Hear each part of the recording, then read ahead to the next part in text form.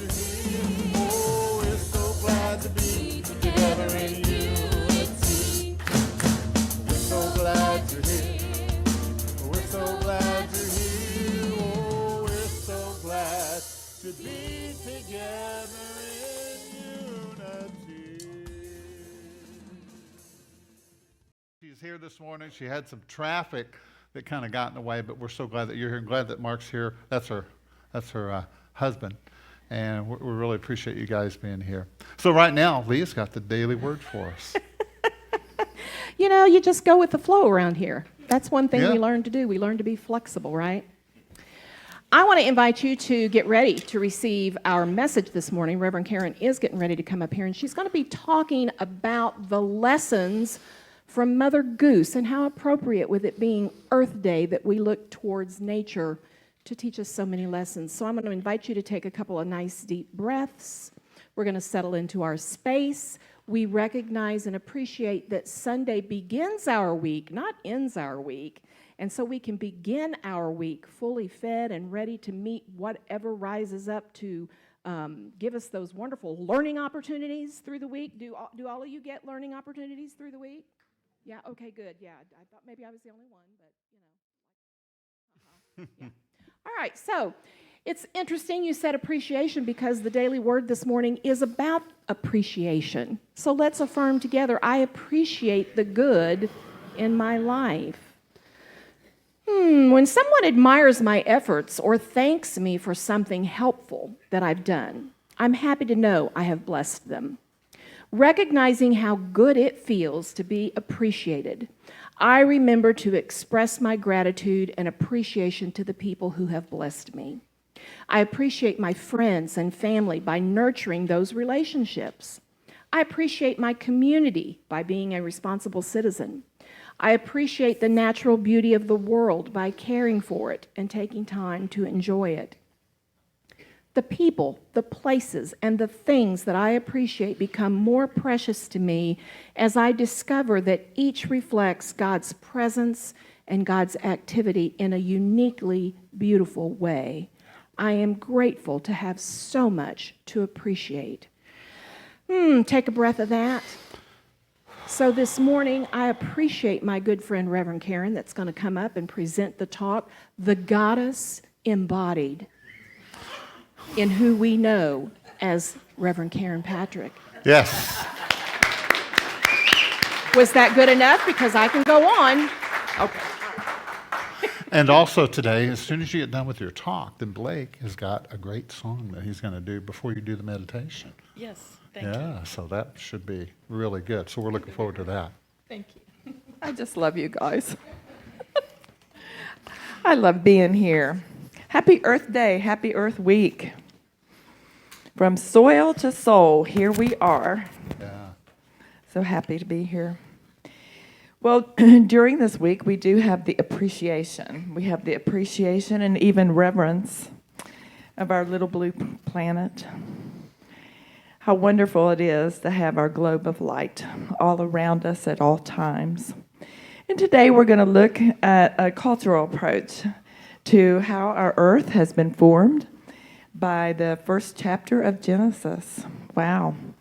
So we're going to look at that word dominion a few times and how we've evolved from that. And we're transforming our vision of the earth from one of domination and dominion to harmony, and especially refuge, how we can be a part of God in all things and create and experience that inner refuge. Well, here we go.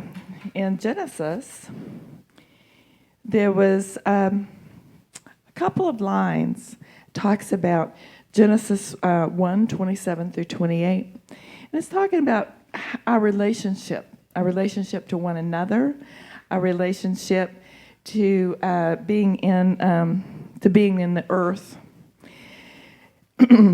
God created man in our image, in his own image.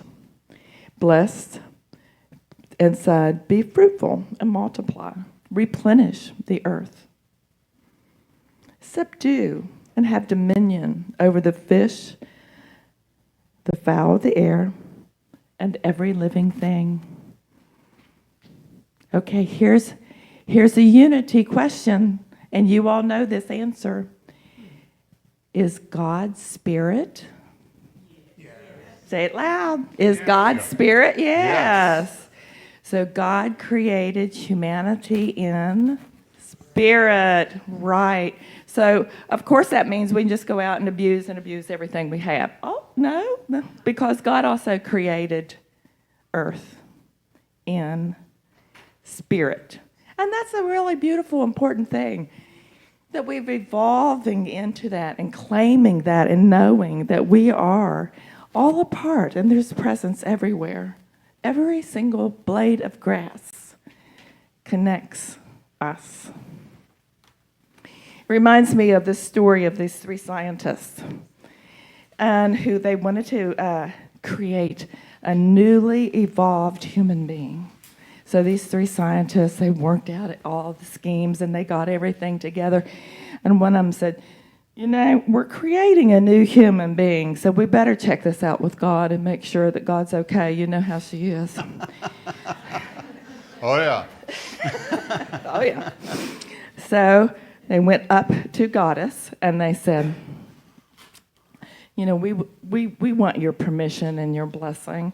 We want to create a new human being. And she said, sure, my children, go ahead. Create your new human being. So they went back down to earth. They were celebrating, and then they started collecting soil samples. And she said, hey, what are you doing? Well, you said we could create this new human being. She said, yeah, but make your own dirt. God is spirit, everywhere present in every single blade of grass. There is no separation. So God is earth. We are all a part of that.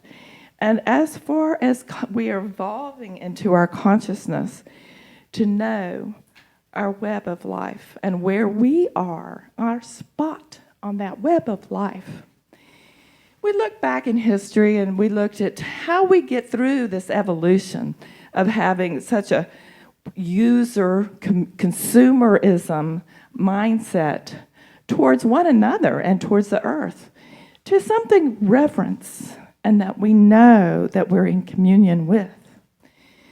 In the late 60s, almost 70s, there was a professor at UCLA. Her name was Lynn White. And she was also a historian. And she wrote for the Journal of Science. And she said, as long as we continue to look at the Christian axiom of abuse and use of the earth, we won't evolve. That earth doesn't exist for only our own way to serve us. That earth has a different purpose than just serving us.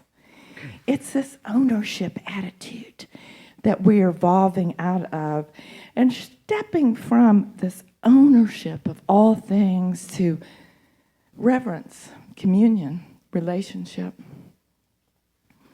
So when we look at this idea that the earth can evolve as well as us, we also look at taking a different look at the chapter of Genesis and looking at that word dominion.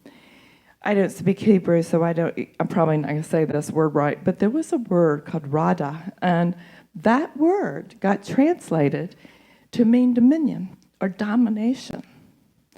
That word became, it was associated all throughout the Hebrew scriptures with a military might. So then it became accepted that somehow or another, the earth herself, is somehow an enemy that we have to control, subdue, get together. So we're invited to abandon that idea and to look at all the ways that we have stewardship. So throughout, Christianity has really, really taken that word into stewardship so that we have a sense of caring for one another, caring for our planet, caring for each other. And in the unity movement, we also have this vision of sacredness, the interconnection, the interwoven of all life. Through this awakening consciousness, we see everything again as the presence of God. We're evolved not so much to be just caretakers, but to be in relationship, to learn that this kingdom of God, this kingdom of heaven, this fourth dimension is right here, right now, and we all abide here. So do you ever feel like you are learning? Sometimes you might be finding that one area where you're learning the same thing over and over again. Yeah, okay. You've got, glad to see those head nods. I made that one. Because it's like we got this stuck place, this little blind spot within ourselves that we really need to have some kind of visual healing. Jesus healed vision a lot of the time. A lot of the healings from Jesus in the Bible were about healing sight. One time, the disciples were talking with Jesus, and Jesus used a discussion model. He used the discussion model to teach. And he said, and the disciples said to him, they saw a blind man, and they said, Rabbi, who sinned, this man or his parents? Who sinned, this man or his parents, that he was born blind? Well, that can really cut us up, isn't it? Because it comes from the sense of why. Why was somebody born blind? Why? And we get ourselves into this karmic loop of why. Why? We love to do metaphysicians. Yeah, Unity does that all the time, and we can have a field day with those kinds of things. Why? Well, here's the invitation to drop the why, because it's a loop. You'll never answer it. I was a therapist for a very long time. I was a therapist in private practice for 35 years before I became a minister. And that why paid a lot of my bills. Why can keep you in the loop. So change the word to how. How? How can I restore sight? How can I embrace that my sight has been restored? How? So Jesus said, no, this isn't about karma. This isn't about one thing over the other, trying to make somebody whole. This is about this blindness was so God could be made manifest in the healing. I've never really looked at that loop within myself, that problem that I always come up to within myself, that this problem is really not about something I've done in a past life or somebody's done something to me. It's about that I can go within and I can find that inner refuge. And I can take that problem and drop it into the nest of inner refuge. And that healing of my sight, my insight, my vision of myself can occur. It's that opening to love, opening to the healing of this little part of me that likes to come up over and over and over again. I call that part of me anger. I could come up with a lot of words, but really it comes back with, I don't think they should be doing that. It's a judgment. It's anger. One of my first meditation teachers, Charlotte Joko Beck of San Diego Zen Center, she was a really remarkable being because at that time, you could call her and you could pick up and she would pick the phone up, and you could talk to a Zen master. I mean, do you know how cool that was for me? Do you know how many times I called that woman? She finally had to say, Karen, you can call me once a week. And at that time, I would just sit and complain. And I would talk about anger. And my beloved husband, who supports me for every single thing I've ever done. In fact, he's sitting there in the back of the room. And, but back at that time, we were just married over 32 years ago. And so I complained a lot about this man. And finally, she yelled at me, and she said, Karen, I am not your therapist. And I thought, oh, it must be me. I've just made a Zen master mad. My husband has supported every single thing I've ever tried to do. And honey, I've come up with a few for the last 32 years. Thank you, honey. So we study that part of inner refuge, of how we can go in over and over again. That God has established this inner refuge within us from the moment we were made, from the second we were made. How great is that? We can use the word sanctuary. Unity teachings love that word sanctuary. They used it over and over again in the daily word that started out in one of the very first words of the daily word that started out was sanctuary. It was during the 30s, and that sanctuary became a place of protection. During the 40s, during wars, it became a place of protection and love, security. You see, we need what we need in the moment. Whatever we need in that moment is how God can manifest for us, for our own healing, whatever we need. So we can go on, over and over again, through our need for healing until we just turn within. We just turn within, and we allow that beautiful healing energy that is already present. And we take those wonderful ideas that we have, that somehow or another we have been separate or illusionary, or somebody's doing it to us, and we drop it into the inner refuge of our heart. And guess what is going to happen? The story unravels. The story unravels. The only person that's keeping the story going is our own thoughts, ruminating over and over and over and over and keeping the loop going, because nobody's doing it. We're doing it to ourselves. Well, the good news is that if we do it to ourselves, we can change it. The bad news is we don't have anybody to blame. But anyway, so you know how that is, right? We can drop it into our heart and into that place of pure potential, like a loving nest, like a place of refuge, like a place to be. Charlotte Jacques Beck's teaching was, life as it is, your only teacher, which means that the experience of life that you're having at this moment can be your great teacher. That we don't have to look outside of ourselves, but whatever we're having in this life. And sometimes life can bring us very strange teachers. Let me tell you about my mother, Goose.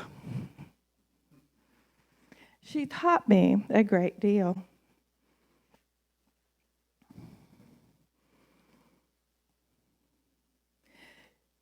Whenever you think of going for refuge, whenever you hear those words of finding your place of security, where do you go? Well, every morning, we can do it on a real microcosmic level. Every morning I get up, I have my cup of coffee, and I paint. I do landscape painting, and I paint. And that is my moment of refuge. On a mental level, that moment of refuge becomes calling my friends. Hey, what you doing? Calling the friends, getting the support in my life as it is. And then on a spiritual level, that becomes something a little bit different, doesn't it? It becomes a little bit different in that on a spiritual level, we have the ability to enter into a sacredness. And whatever we're calling in that moment is our sacredness. That inner refuge of pure potential.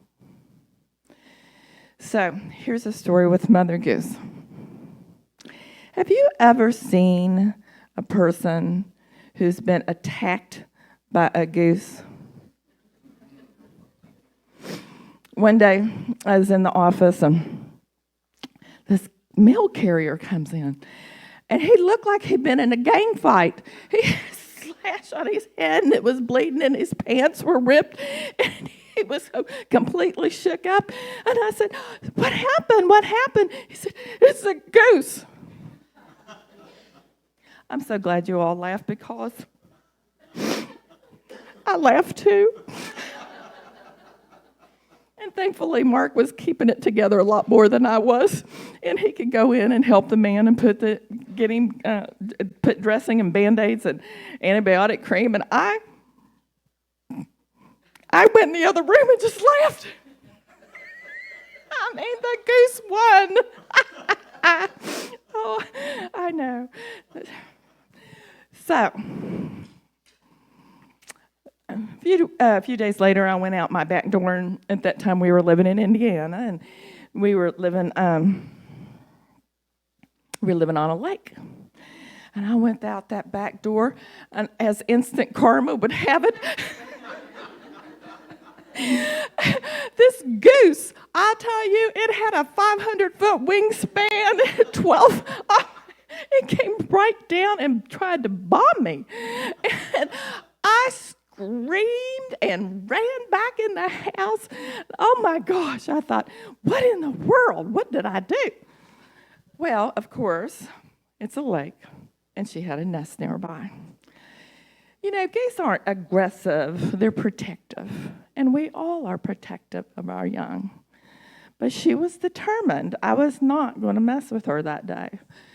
So instead of going out the back door, I started going out the front door. And I saw a lot of gaggles of geese out in the front. And they would look at me, and they would come and they would start bowing. They'd start bowing. And then, yeah, you got it. Yeah, and bowing. So I did, as you know, therapists, we always mimic people's behaviors. So I started bowing to the goose. Bowing to the goose. And you know what? It changed.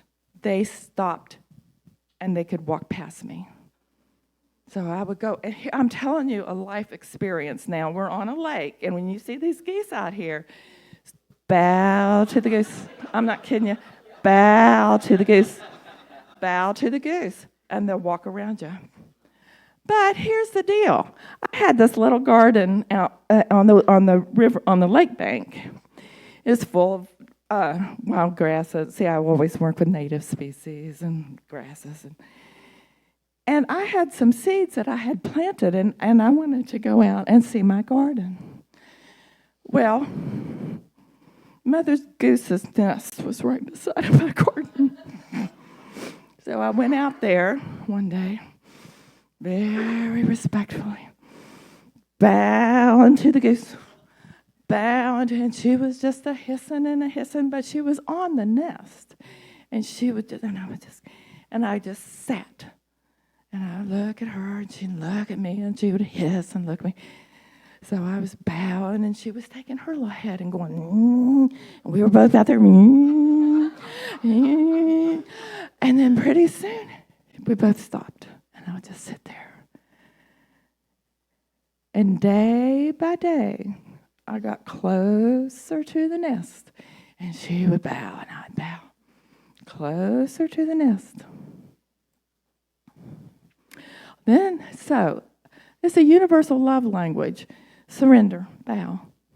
The second universal love language, bread. Everyone loves bread. So I brought her little pieces of bread. Bow to the goose, throw her some bread. Bow to the goose, throw some bread. She'd eat it. She'd get up, she'd eat it. She'd get up, she'd get it. She always went back. I got a little closer and a little closer. And one remarkable day, I just remember it so vividly. It was spring, it was warm, the sun was shining, one of those big blue high Indiana skies overlooking the lake. And I reached out my hand.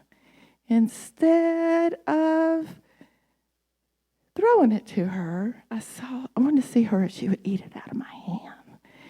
Well, no, she didn't eat it out of my hand, but I could get this close. And I dropped it, and she ate it. So pretty soon, I start looking at her, and she's looking at me, and I really wanted to tend my little garden out there. So I just kept on doing this, and every once in a while, she'd poke her head up and hiss, and I'd bow to the goose, and she'd bow. So pretty soon, we were doing this whole dance and this whole communion of love and appreciation. And I sat there. She was on her nest. And I had all my little seedlings in front of me, so I was on my nest. And I looked at her. And she was just calm. But do you think that's all I could do now? Okay. I started the third love language, and I'm teaching you all some really important stuff today. This is the third love language, and we're going to practice it.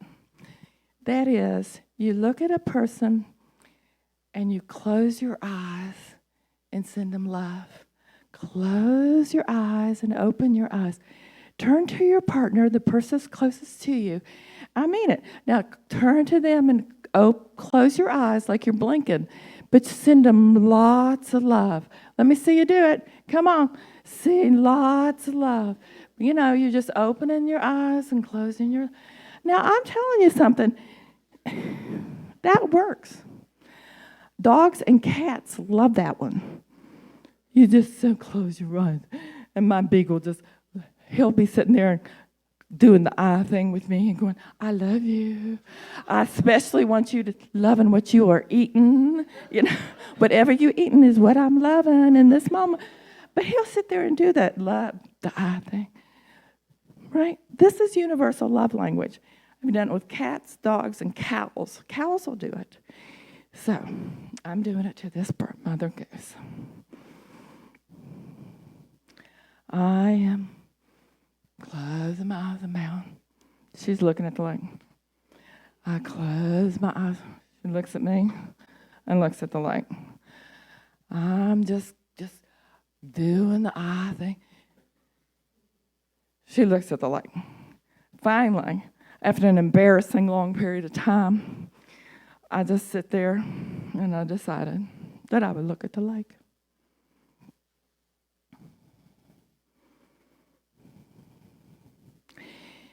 The sun was warm, there was beautiful, gentle breeze. And we both were in stillness. There was great silence underneath all those beautiful creatures that are chirping and burping and all that around us. There's great stillness in that silence. There was no place to go. There was nothing to do, but just abide.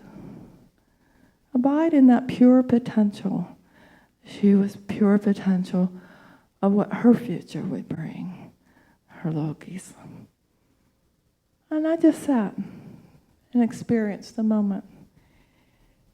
And Mother Goose and I were just still, silent. And we found the inner refuge and our place on the great web of life. And that place, how do we call it? Spaciousness, presence, love. When all the stories and all the effort ceases.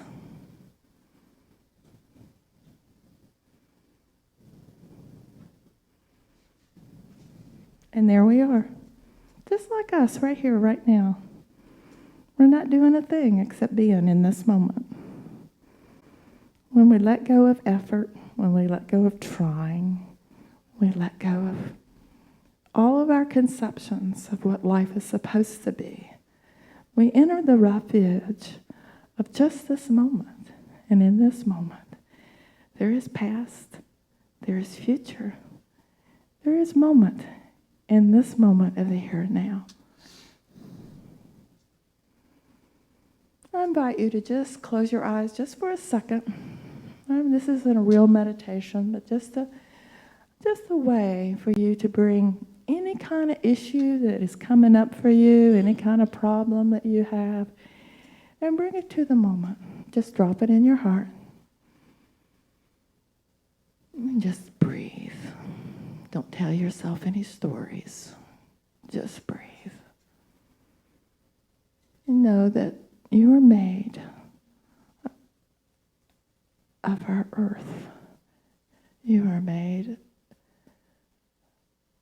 of her body, her physical body, made of her air, the heat, waters of our blood. It's all the same. They only differ because we think they do. So just open your eyes and feel now how your heart feels and how your body feels. And if there's any changes, appreciate the change. That's the 4th grade lesson, is appreciate what's different. Appreciate the change and feel that sense of gratitude. Well, I'm so grateful. I'm grateful for all of you and grateful that we could be together in this moment. Thank you.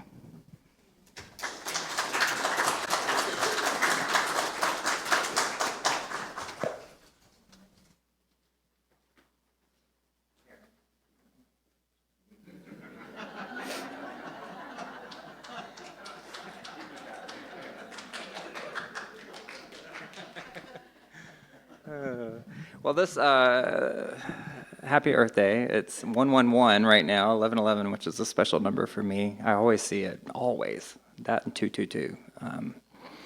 But the song I'm going to be singing is called Flight. And one thing I learned from a brilliant therapist I've had in the past is, to fly, you got to be grounded first, And I've even got on my muck boots today.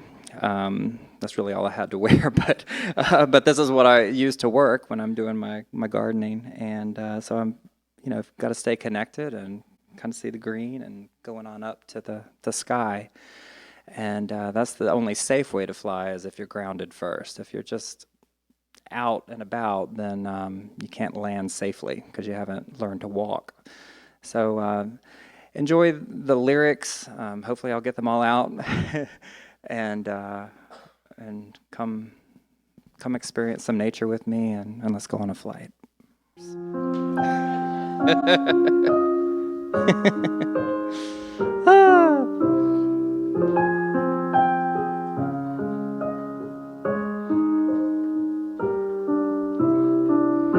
Let me run through a field in the night.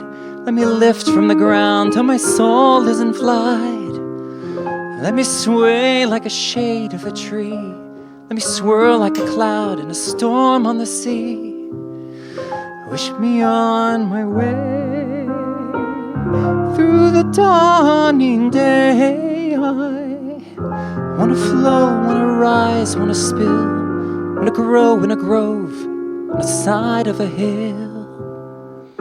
I don't care if the trains run late, if the checks don't clear, if the house blows down. I'll be off where the weeds run wild, where the seeds fall from this birth-brown town. And I'll start to soar, watch me rain till I pour out. Catch a ship that'll sail me astray, get caught in the wind, I just have to obey. 'Cause I'm flying away.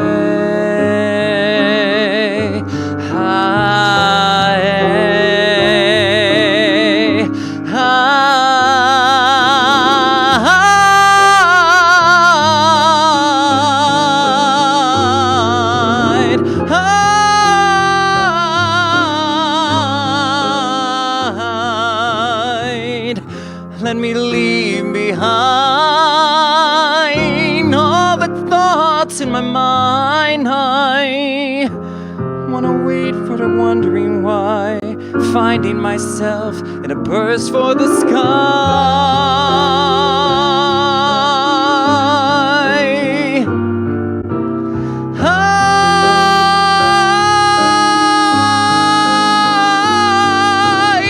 I'll just roll. Let me lose all control. I wanna float like a wish in a well, as free as the sound of the sea in a shell. I don't know, maybe I'm just a fool. I should keep to the ground, I should stay where I'm at. Maybe everyone has hunger like this, and the hunger will pass, but I can't think like that. All I know is somewhere in a clearing, there's a flickering of sunlight on a river long and wide. And I have such a river inside. Let me run through the field in the night. Let me drift on the ground till my soul is in flight. Let me sway like the shade of a tree. Let me drown in the crowd of the storm on the sea. Wish me on my way through the dawning day. I wanna float, wanna rise, wanna spill, wanna crawl on the side of a hill, wanna shift like a wave rolling on, wanna drift from this path I've been traveling upon before I am gone.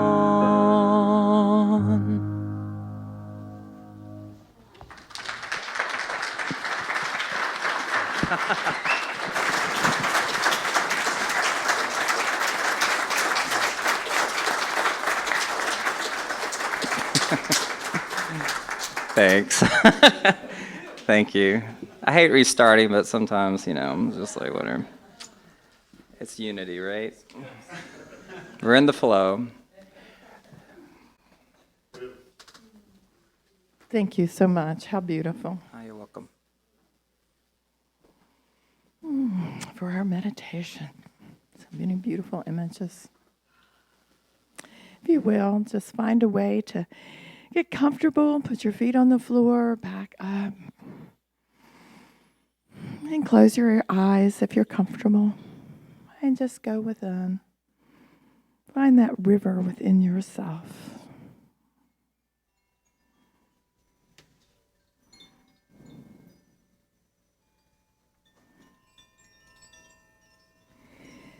Take that deep breath, that wonderful breath. And follow the exhale all the way out. Let go. That exhale has a let go. And into your heart, that inner refuge, that place that loves you, accepts you exactly as you are, without having to change.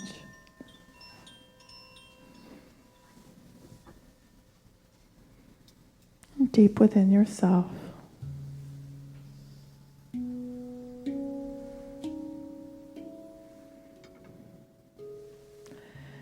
Feel the love that is already waiting for you. That is the great perfection. Without judgment. Deep in your heart space. As you do another one of those breaths and just allow yourself to let go.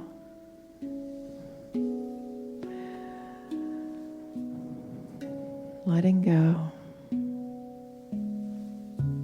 That let go is a part of the exhale. Until the inhale comes, there's a freshness in that breeze.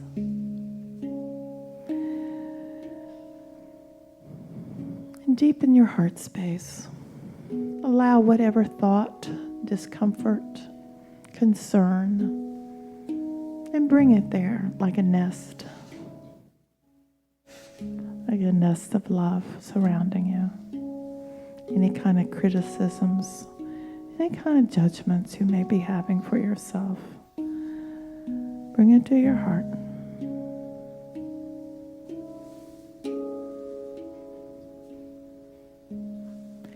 Taking that next deep and loving breath. There is a stillness here.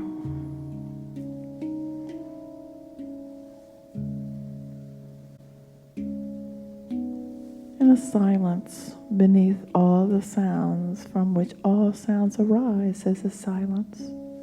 And these doors take us to that open spaciousness, a spaciousness of life, life as it is, life as it is, in great spaciousness. There's one power, one presence. It is good, and you are good, created, good, blessed. Feel that. Feel the warmth. Feel the warmth of your heart, and let it radiate. Radiating from head to toe, toe to head, from soil to soul.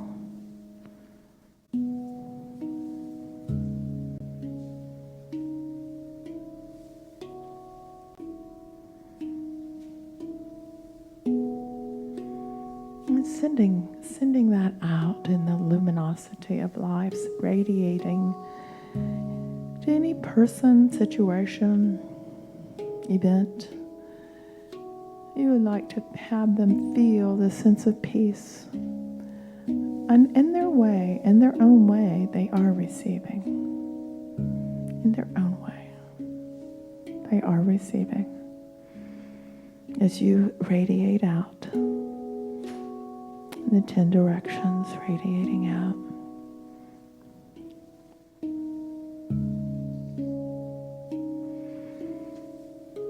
And as you come back to this moment, to your chair, to your own heart space, knowing that Goose is always available to you.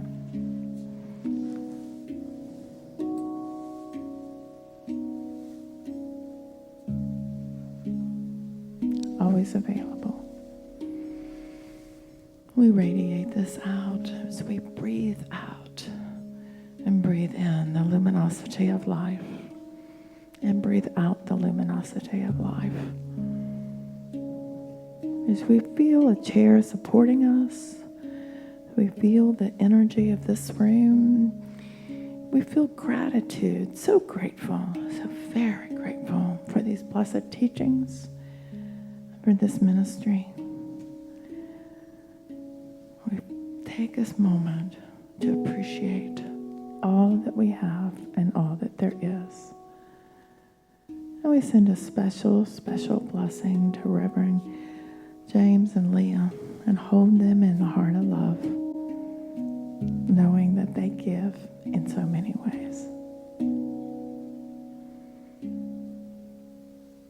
Thank you. Thank you. And open your eyes. Open your eyes to one another, into all life, and life as it is.